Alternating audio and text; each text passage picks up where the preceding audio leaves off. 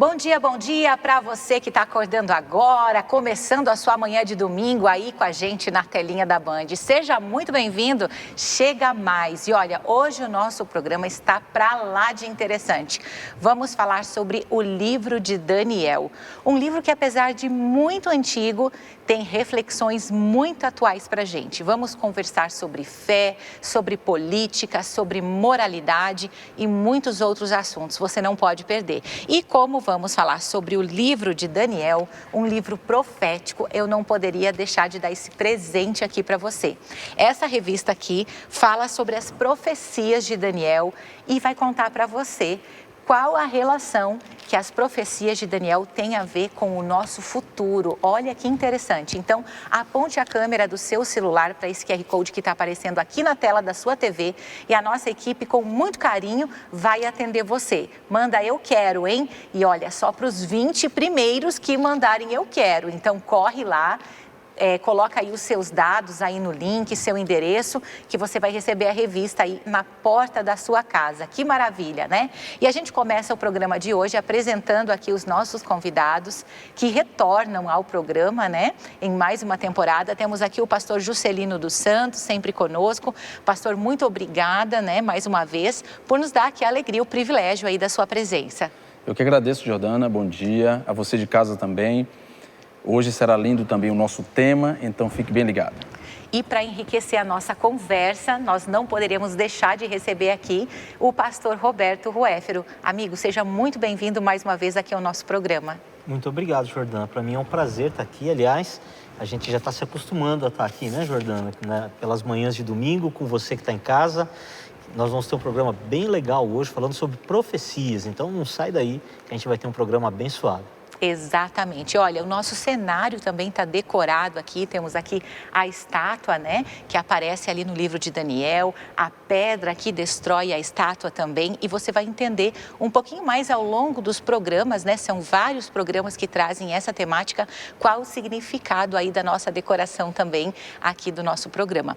E pastor, para a gente começar aqui, já aquecer aí o nosso programa, eu queria que o senhor falasse justamente sobre isso que a gente abriu falando aqui. A Bíblia, ela é um livro muito antigo, né? O livro de Daniel, igualmente, por fazer parte dela. Esse livro traz algo atual para a gente? O que a gente pode aprender com o livro de Daniel? Jordana, de todos os livros da Bíblia, talvez o livro que vai nos trazer mais confiança na Bíblia seja o livro de Daniel. Sabe por quê? Eu me lembro bem de um tema de um sermão que eu preguei algumas vezes, inclusive, e também ouvi alguém pregando já, que o tema era a história do mundo em um capítulo da Bíblia. Olha que interessante. Então, por exemplo, nesse sermão, nessa temática que é falada ali, da história do mundo em um capítulo da Bíblia, você pega o capítulo 2 de Daniel, que é onde tem a estátua, que a gente chama de a estátua de Nabucodonosor, porque foi um sonho dele, né? Certo. Nós vamos estudar mais para frente melhor. Mas aqui nessa estátua você tem representado como é que eu vou chamar assim? Um microcosmo da história da humanidade em uma estátua, em um capítulo da Bíblia, em uma descrição. Então, lá no livro de Daniel mesmo, Daniel 2, 21 e 22, é ele, Deus, né, quem muda o tempo e as estações, remove reis e estabelece reis. Ele dá sabedoria aos sábios e entendimento aos inteligentes. Ele revela o profundo e o escondido, conhece o que está em trevas e com ele mora a luz. Ou seja, ele está no controle da história. Mais do que isso, ele sabe tudo o que está acontecendo. E ele mais, prevê o futuro, não então. só Deus está no controle da história, porque se ele estivesse no controle da história, mas ele não nos revelasse nada, ele não contasse para a gente, então a gente nem ia saber nada. Exato. Ele está controlando, mas eu não sei de nada. Porque a gente vê no mundo hoje, Jordano, você vê um mundo, por exemplo, perigosamente caminhando para uma terceira guerra mundial e que talvez se torne uma guerra nuclear. Uma coisa muito perigosa para o mundo, uma coisa que assusta. Isso. Você vê um mundo caminhando para um enfrentamento entre um grupo de países de um posicionamento mais duro com outro grupo de países com um posicionamento mais ocidental. Então, um confronto entre dois grupos de países assusta também, né? Grandes países de um lado, grandes países do outro lado. Você vê uma crise econômica no horizonte muito forte. Você vê troca de presidente nos Estados Unidos, por exemplo, e às vezes você que está em casa, você fica olhando essas coisas e fala assim, para onde que tudo isso aqui está caminhando, né? O que é que vai acontecer? Então eu digo para você uma coisa, Deus sabe o que Ele está fazendo, Deus está no controle. E mais, além de Ele saber e estar no controle, Ele nos revelou. E o livro de Daniel revela para a gente muitas destas coisas do que vai acontecer na história da humanidade. Então, porque Deus nos revelou isso anteriormente, a gente pode estar tranquilo, de que se as coisas já aconteceram no passado, certamente vão acontecer também como Deus revelou no futuro. E a gente pode estar tranquilo, porque Deus está no controle e Ele nos contou o que vai acontecer. Que notícia maravilhosa, pastor. E você aí de casa, que sempre está preocupado com o futuro, que a gente não daria para poder saber o que vai acontecer amanhã, não é verdade? E é por isso, né, pastor Juscelino, que nós precisamos ser amigos de Deus e buscar conhecer a palavra dele. É sábio, né, andar com quem sabe o que vai acontecer no futuro, né? E quando a gente olha, geralmente, o livro de Daniel, tenho certeza que você aí de casa, quando for estudar a Bíblia, raramente alguém começa pelo livro de Daniel, não é mesmo? Geralmente a gente começa por questões mais básicas, ali como Gênesis, os mandamentos, né? E outros textos afim. Mas o livro de Daniel, ele é um livro que assusta, porque ele é um livro cheio de profecias, de enigmas, né? De coisas que a gente precisa decifrar. Mas, pastor, eu gostaria de lhe perguntar para o senhor trazer aqui um resumo para a gente. Qual que é o tema principal desse livro? Qual que é a estrutura desse livro? E o conteúdo básico que ele vai nos apresentar? Só para a gente se situar aqui dentro da nossa conversa. Excelente. Já no primeiro capítulo, Jordana, nós temos aqui no versículo 2, que foi o Senhor quem entregou nas mãos a Jeoaquim, rei de Judá. O Senhor entregou Jeoaquim, rei de Judá, nas mãos do rei da Babilônia. Fala da invasão de Babilônia em Jerusalém. Certo. Babilônia não existe mais, é claro, você sabe, porém as ruínas de Babilônia estão lá no Iraque, próximo a Bagdá. Naquela época, Babilônia era a grande nação poderosa que expandia o seu império e invadiu Jerusalém. Mas aqui diz que foi Deus quem entregou. É estranho isso, porém, mais adiante, a mesma palavra dizendo que Deus é o protagonista da história, da revelação do livro, diz assim, o Senhor Deus concedeu a Daniel misericórdia e compreensão. Depois vai dizer que Deus deu sabedoria para aqueles jovens.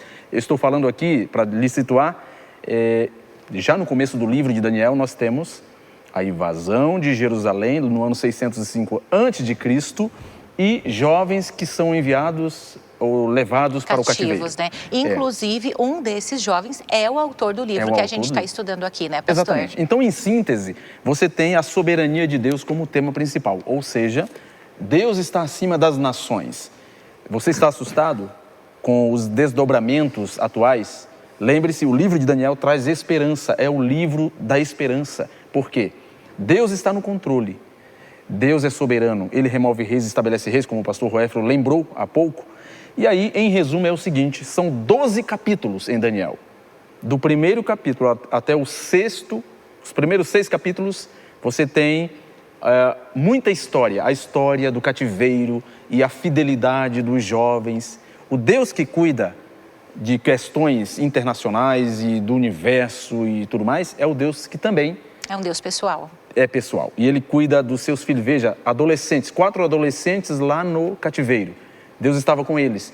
Aí você tem a história da fidelidade deles e como Deus estava cuidando deles, atuando, fazendo milagres muitas vezes e erguendo eles para que eles fossem luzes em Babilônia, naquela Babilônia antiga. Certo. Eles foram honrados ali. E finalmente você tem do 7º capítulo até o 12, o 12º, profecias. E aí são muitos símbolos e nós iremos estudar nessa temporada. Venha conosco todo domingo, porque os símbolos contidos ali são a compactação de realidades maiores. Ou seja, cada símbolo é uma linguagem que o povo da época entendeu e nós podemos entender quando juntarmos as peças do quebra-cabeças. Onde está a resposta para os símbolos de Daniel e Apocalipse? No próprio livro e também em toda a Bíblia. Então veja, venha conosco porque vai ser lindo. Exatamente. Aí só um detalhe é o seguinte, que o meio do livro, se você for considerar qual é a essência do livro, né, o principal capítulo, por assim dizer, o capítulo 7, porque ele fala do grande conflito entre o bem e o mal. E que Deus é nosso juiz, Deus está ministrando a nosso favor em sua corte celestial. Muito conhecimento, muitas lições valiosas nesse livro. E o senhor é um apaixonado, né, pastor? Porque a gente vê verdade. na forma como o senhor fala. Nós somos, né? né? Inclusive a sua sala, né, é decorada, sim. né, com os elementos aqui desse livro. Imagino que o senhor seja um grande fã do livro de Daniel, não é Sou, mesmo? sim. Olha, a gente ouve dizer que existem 3 escolas, né, de orientação profética. Qual dessas escolas, pastor Roberto, quais são elas e qual dessas escolas é a mais coerente com a Bíblia? Então vamos lá, Jordana, para a gente explicar isso. Primeiro, o que significa ter escola de interpretação profética de maneira prática? Certo. Significa o seguinte, uma pessoa vai ler a profecia e vai interpretar de uma maneira, e você já deve ter visto isso, né? Pessoas dizendo, não, essa profecia significa isso. Não, essa profecia significa, a mesma profecia significa uma coisa diferente, tem uma outra interpretação. Então isso que significa escola de interpretação profética. Okay. Uma pessoa vai dar uma interpretação para a profecia, outra vai dar outra interpretação. Mas essas interpretações não são aleatórias, elas seguem um princípio que por isso que a gente chama de escolas. Então, a primeira dessas escolas que eu vou falar aqui não é a primeira em ordem de importância e nem de aparecimento na história, né, da teologia. Mas é para a gente ter aqui uma compreensão didática. A primeira é o preterismo. Lembra quando você estava na escola, né, que falava pretérito do perfeito, Sim, pretérito? terrível esse conteúdo, né, pastor? Terrível. Mas aqui o preterismo significa o que significa no português ali, passado. Então, o preterismo, que significa passado, vai dizer assim, olha, todas as profecias se cumpriram no passado. As profecias do Velho Testamento se cumpriram até Antíoco Epifânio IV, que era um rei grego. As profecias do Novo Testamento, elas se cumprem até a destruição de Jerusalém no ano 70. Para os intérpretes dessa posição de interpretação de profecia, a maioria deles, os grandes eruditos do mundo acadêmico, eles são preteristas. Tem uma razão para isso. Por quê? Eles não acreditam muito nessa questão sobrenatural. Então eles dizem assim, por exemplo, Daniel escreveu sobre a Grécia, e tem escrito a palavra Grécia no livro de Daniel.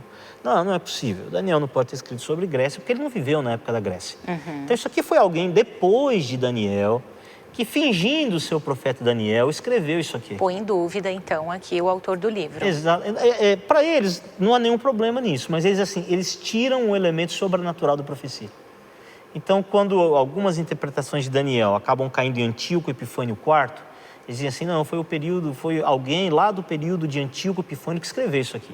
Ou alguém até posterior ao período de Antíoco Epifânio que escreveu isso aqui, porque sabia que isso ia acontecer e tal. E só para poder dar uma aura de legitimidade porque ele escreveu, ele coloca que é Daniel. E essa linha põe em dúvida, inclusive, a confiabilidade, né, pastor, da própria Bíblia, põe né? em dúvida. Essa linha interpreta a Bíblia como um livro normal, como outro qualquer, que não tem o elemento sobrenatural da inspiração nele. Certo, acho que agora deu para resumir bem aqui. E quais tem são as muita outras gente duas? que interpreta assim a Bíblia, e às vezes interpreta, não é porque ele põe em dúvida a Bíblia, porque ele aprendeu dessa maneira, ele até acredita na Bíblia, Sim. mas ele aprendeu de alguém que não tinha essa confiança na inspiração da Bíblia. Certo. A segunda escola profética, ela se chama futurismo. Então, uma era preterismo do passado, futurismo você já está até prevendo aí, não é? Já dá para imaginar. Como um profeta aí. Futurismo significa que as profecias estão no futuro. Então, para um grupo, as profecias estão no passado. Para outro grupo, as profecias estão no futuro. Esta é a interpretação mais popular hoje entre os evangélicos. Mas eu vou dizer que essa interpretação popular entre os evangélicos, ela só explodiu realmente no século XX. Porque foi no final do século XIX que essa interpretação acabou entrando em uma Bíblia comentada, a Bíblia de Scofield. E a partir desse comentário da Bíblia, que foi feito baseada na interpretação futurista, é que os evangélicos passaram então a interpretar as profecias a partir dessa visão futurista. Por que eu estou dizendo isso, Jordano? Porque a maioria dos dos fundadores do protestantismo, que a gente chama até de protestantes magisteriais, né? Os mestres do protestantismo, como Calvino, como Lutero, como Zwinglio, eles não adotavam esta interpretação futurista. Então, essa interpretação futurista, ela pega ali principalmente a profecia de Daniel 9, das 70 semanas, e joga ou a semana inteira para um futuro, ela quebra ali, diz assim, as profecias se cumpriram até a semana 69. Passou disso. Aí parou, teve um hiato na história. Sim. Um grande hiato sem profecia.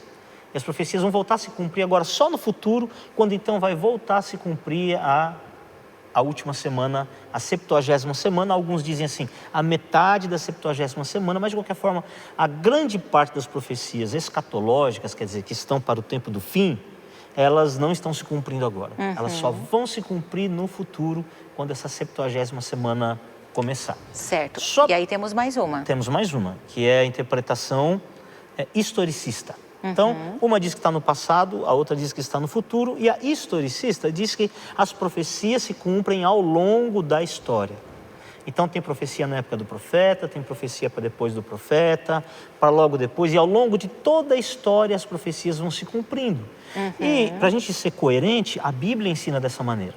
Os primeiros protestantes acreditavam dessa maneira. Você pega, por exemplo, Jesus interpretando profecia, lá em Mateus, no capítulo 24, quando Jesus está interpretando a profecia ele diz assim, olha, quando, pois, virdes o abominável da desolação de que falou o profeta Daniel no lugar santo, quem lê entenda, e aí ele vai dar, então, a aplicação histórica para aquele evento. Então, Jesus usou também a interpretação historicista como os primeiros protestantes. Ou seja, então essa linha de estudo é a mais confiável, Esta né? é a coerente e a confiável segundo a Bíblia. Certo, que bacana. É muito Amém. gostoso a gente entender, porque também do nosso entendimento correto depende, né, a compreensão que a gente vai ter ali dos fatos, né? Pastor, o livro de Daniel, ele é um livro que fala muito sobre oração. Né? Sim, é verdade. Eu queria que o senhor falasse brevemente aqui pra gente quais são as lições sobre oração que esse livro ensina pra gente. Queria que o senhor destacasse. Perfeito. Ao ler o livro de Daniel, você perceberá que ele possui 7 orações, declaradamente ali presentes. Daniel era um homem de oração, ele tinha uma rotina de oração. Aqui está um dos ensinamentos. Ter o hábito da oração. E ele orava na direção do santuário.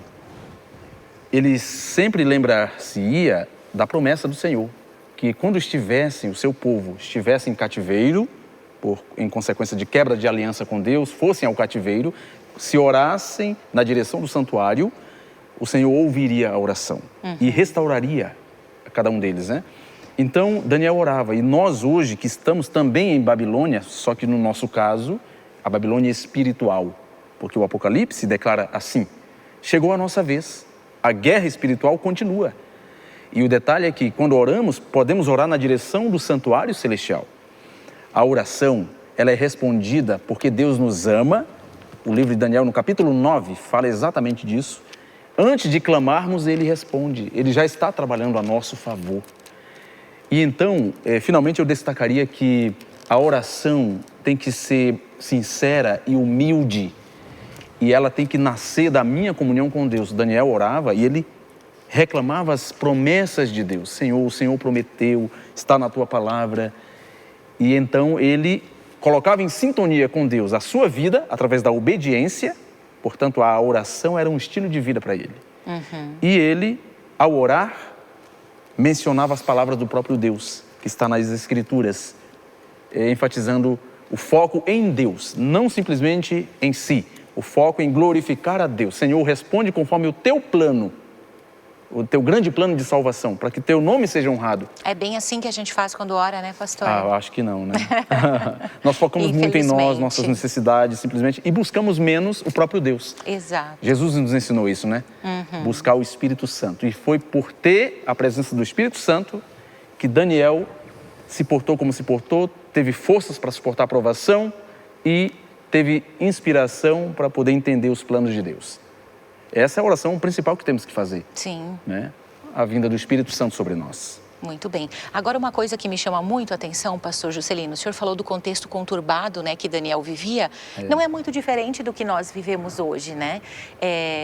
Vamos tomar como exemplo o Brasil, por exemplo. Nós vemos um país que está sempre envolvido ali em escândalos de corrupção e tantas coisas erradas que a gente vê, né, pastor Ruéfero?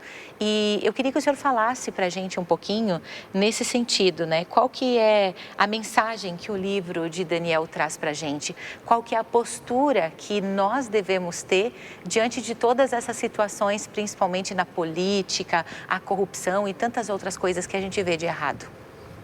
Jordana, eu comecei a trabalhar com carteira registrada, né? Hoje eu acho que nem pode mais. Mas quando eu comecei a trabalhar, eu tinha 15 anos. Então, meu primeiro registro em carteira é com 15 anos. Eu me lembro que, na época, a gente tinha hiperinflação. E eu quero dizer para você que eu já cheguei a ser milionário. Eu cheguei a ganhar mais de 1 milhão por mês, né? Que rico, pastor. Na minha carteira lá, tinha escrito lá 1 milhão e tal. Que era um valor exorbitante, mas não valia tudo isso que vale hoje em dia, né? Mas por que eu estou dizendo isso? Porque eu me lembro que, na época, o meu patrão dizia o seguinte: olha, você aguenta aí, não tem aumento de salário, o país está em crise, etc. Gente, isso já faz 30 anos, mais de 30 anos, né? E o país continua na crise. E o país continua na crise. Então, a gente vive realmente um mundo que ele dá solavancos, né? Soluços. Então, às vezes parece que vai melhorar. Aqui no Brasil a gente tem uma expressão que a gente diz voo de galinha, né? Parece que o país vai, mas aí cai, aí dá aquele voadinha, aí cai. E a verdade, Jordana, é que a linha de tendência do mundo é de queda. Então, as coisas no mundo, elas não parecem melhorar, ao contrário, elas tendem a piorar. E a gente pode ficar angustiado com isso, né? O livro de Daniel, ele tem várias vezes, a explicação de Deus para esse fenômeno. Não a explicação.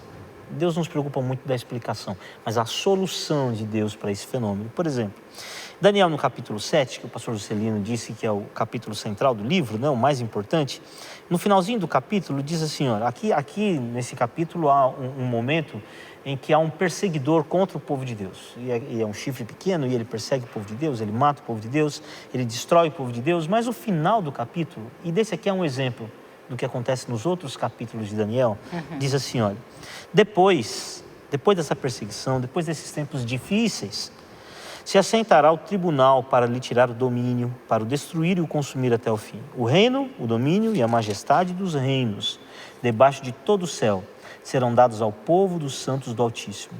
O seu reino será um reino eterno, e todos os domínios o servirão e lhe obedecerão. Daniel 7, 26 e 27.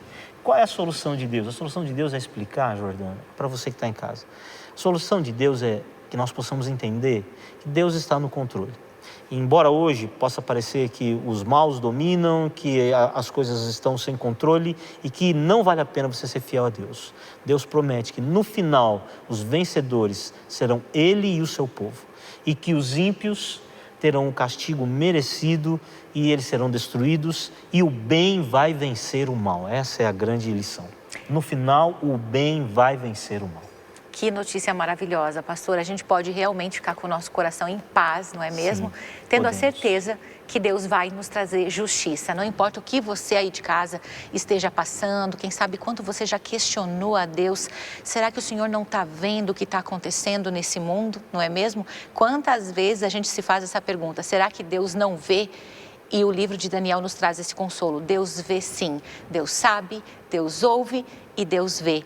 E Ele já tem uma data para retornar a esse mundo e aplicar a justiça. Que coisa maravilhosa, que notícia maravilhosa. Eu quero muito agradecer aqui o pastor Juscelino, pela introdução aqui. A gente pode dizer que foi uma breve introdução, ao livro de Daniel. Também quero agradecer o pastor Roberto, muito obrigada mais uma vez por estar aqui conosco. E olha, em um mundo de incertezas, nós precisamos nos apegar à palavra de Deus, porque ela nos traz certezas de que o final é feliz. Que bênção, não é mesmo?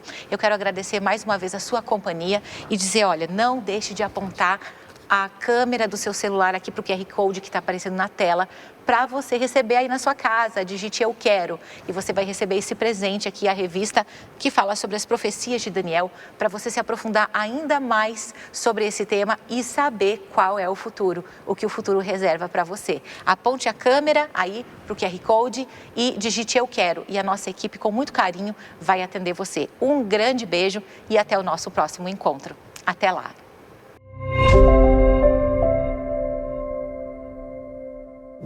De fato, o livro de Daniel, ele é extraordinário, você não acha? E olha que só está começando. Essa série vai surpreender você, porque a gente vai fundo, a gente vai mergulhar nesse livro que tem tantas histórias, também tem profecias, muitas coisas que tem que ver com os nossos dias, e você vai descobrir tudo isso aqui com a gente no Ponto de Partida. Não se esqueça de interagir conosco no Instagram, @adventistasasp, e também de nos fazer uma visita aqui na Igreja Adventista Central de Curitiba, na Alameda Dr. Carlos de Carvalho, número 400. Sempre aos sábados pela manhã, domingos e quartas-feiras à noite. Você é o nosso convidado. Que Deus te abençoe e até o próximo programa. E aí, gostou da programação? Que tal nos fazer uma visita? Estamos localizados no centro de Curitiba, no endereço Alameda Dr. Carlos de Carvalho, número 400. Nossa igreja conta com estacionamento gratuito na entrada lateral. Hoje, às 19h30, daremos continuidade ao tema abordado no programa e esperamos você aqui, com uma equipe preparada para recebê-lo. Você será muito bem-vindo entre nós.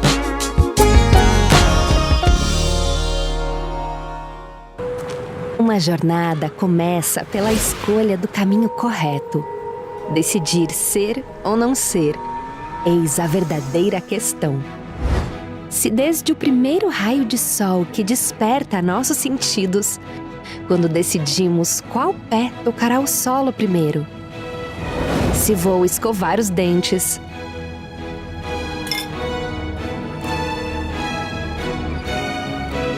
a roupa que vou vestir,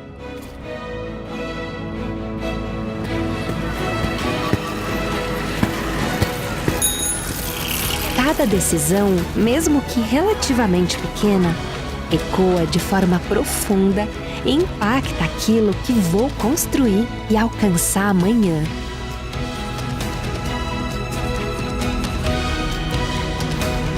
Imagina a relevância de escolher o meu futuro profissional. Priorizar o caminho correto transforma a minha realidade e de todos ao meu redor. Me conecta com as pessoas certas. Surpreende o competitivo mercado de trabalho e me torna referência para iluminar o mundo. Educação Adventista, muito além do ensino.